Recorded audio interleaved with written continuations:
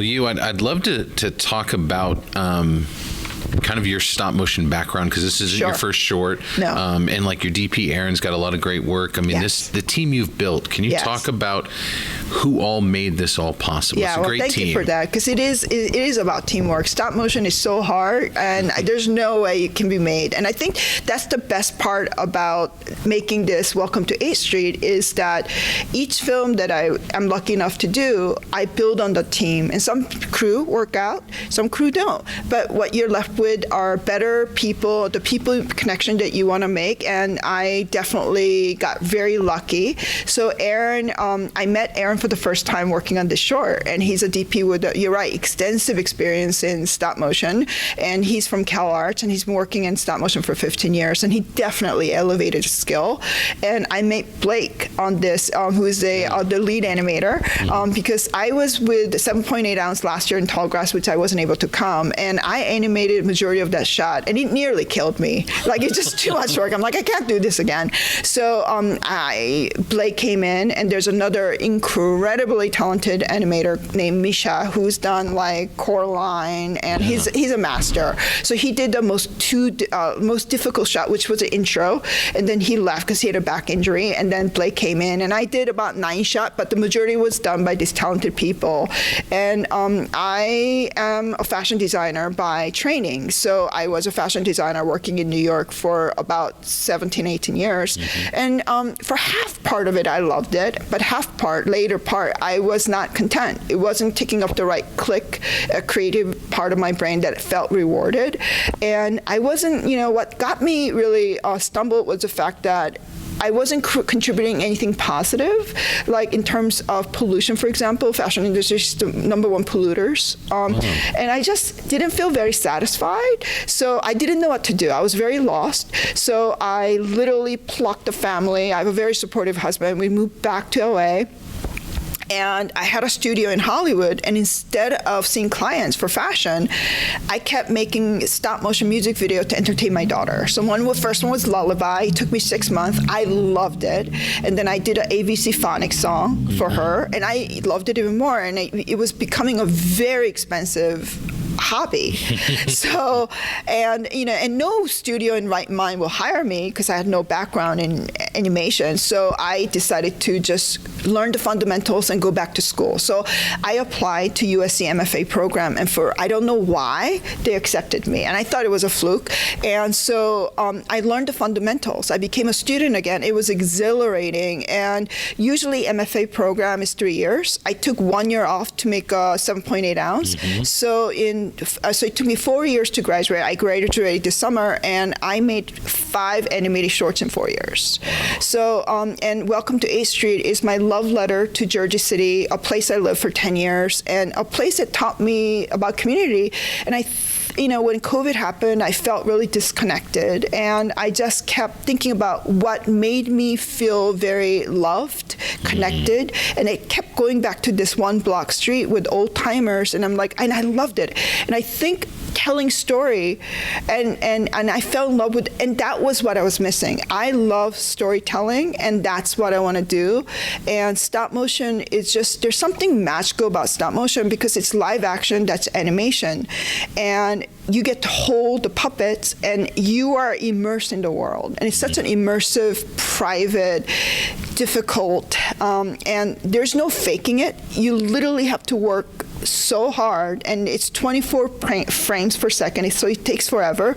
So only very committed person can endure. And I think that's also what I love about it, is the discipline. And that's what I got out of fashion industry, the discipline to meet the deliveries. And in doing so, I also realized nothing you do in life is wasted. Everything helps you connect the dot you need to connect and pave the road you're supposed to go.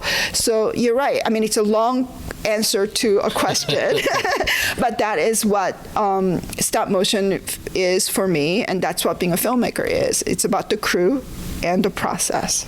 Can we talk about some specifics? Maybe not how many setups, but I mean the effort to get just 5 minutes of material. You're right about above the 6 minute mark. How How many setups are we talking? What is this endeavor like? Yeah, so it's intense because just to do that 5-minute short, there was a street scene, the opening scene, but so you have to make the entire street, and I did that, but it's not enough because there's a crossroad. So I had to make the crossroad cafe, and then there's an opposite end of the world where the old ladies are sitting. So I have to make the other street. So there was 3 street I had to build, and we also go inside.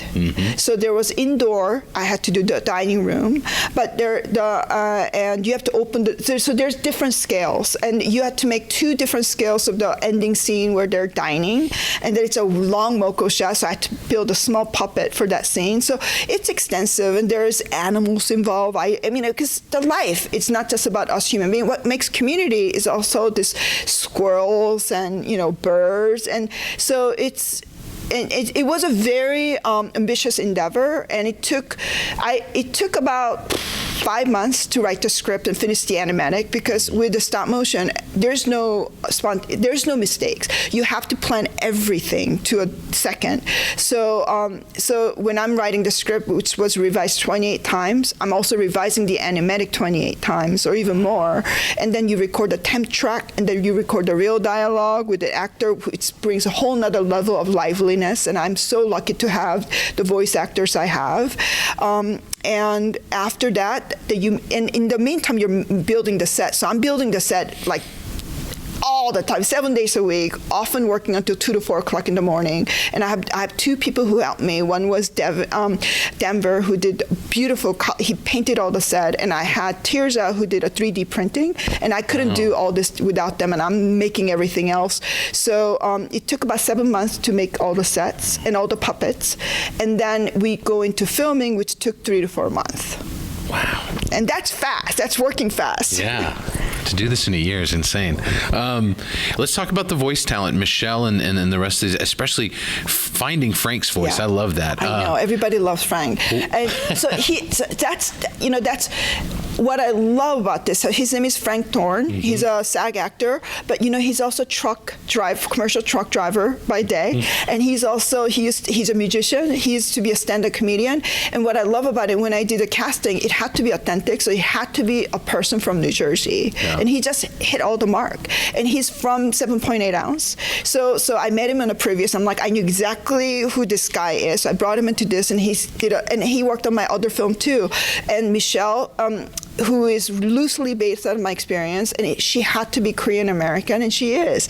And I met Barbara, who did Camille. I mean, she is extensive. She even did Miyazaki movies. So I am so lucky. I think voice actors, like I said, brings a whole nother level to your film, and I love having dialogue, although it's animation. So yeah, amazing. Earlier you said you self-taught. You're now with this material connecting with HBO and some big entities. Yes. Can you talk about that step? Yes. So I think, I was just talking to another director downstairs. Luck is an opportunity you create through hard work. So HBO, for the inauguration year, they did this program called HBO Access Animated Short Program.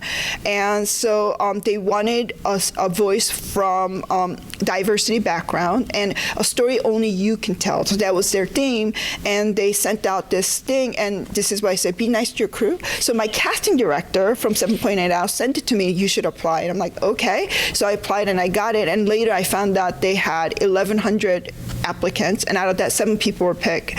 So out of that, I was very lucky. And the producer Shin, who worked on 7.8 Ounce, because I knew I needed it's a big crew, so I needed help. So she joined me on this project, and we did this together.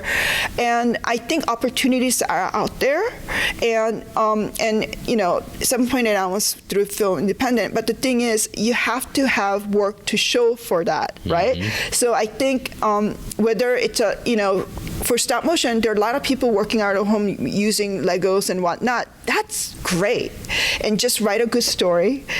As rough as move images, and just keep doing it, because every film you do just elevate your skill. And that's what it is for me as well. Because I did 5 films, every film you do, you just get better. And if I showed you my first short, you'd be like, oh, no way. So yeah, just keep doing it.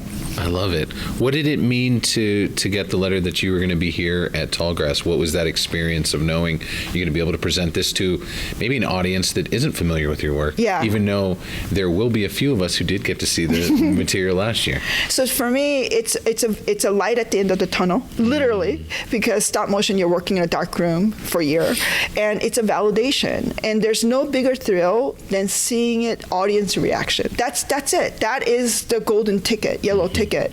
And, I think, Del Toro said it, you never make it when you think you're going to make it, and when it happens, you'll be surprised. And I'm still in the process. When will I be surprised? It's everything. It never is what you think it is. And I think there's no one golden opportunity that just automatically happens for you. It's not magic. Filmmaker, I think we make magic with moving images, but the process is really grueling and hard, and it's not for the faint of heart. I think you have to be ready for rejections and some criticism, but what Tallgrass does for me is it gives me the fuel I need to continue.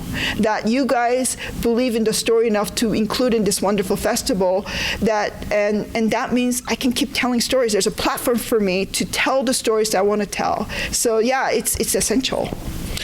What does your daughter think of your stop motion work? So it's funny because I was such an involved parent before I started in stop motion, and after that, she's just like, I'm not there. I'm always working. But she wrote me a Mother's Day card this year, and she said, "You work so hard, and because of that, I respect you so much." And I think that's really wonderful. And she knows every film I make, there's a little slice of her in every short, and I hate it. It's like a little Easter egg. And I think she's really proud, and I think she knows that there's something she wants to do. Just work hard at it, that it can happen. Where can people find more of this work and what you have coming out in the future? Oh, thank you for that question. So you can see it at festivals like Tallgrass, but you can also see it on Max streaming, Only You. It's episode number 2.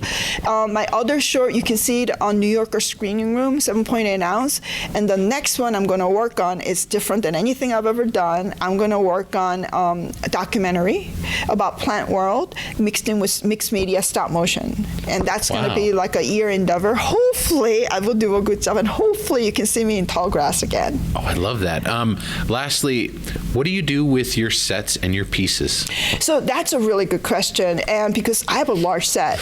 And, I came to a conclusion, and one of the things I don't want to do is pollute the world, right? Yeah. And the set is my sweat and tears and hard work, and it's art. So I'm acknowledging that it's art. It's not to be discarded. So I'm doing something that I've never done. I'm so proud of. Just by walking down, I met a gallery owner who lives in Silver Lake. So I'm having gallery opening this November, and I'm cutting down the set and making it into artwork. And that's what I think I want to do, and treat it as art that it is, and share it with the world and preserve it as art. I love that. Thank you for making this fun story and making it the way you did. I laughed throughout. I loved it. I don't want to spoil the great animals, but the animals are one of a kind. Thank you so much. I really appreciate it.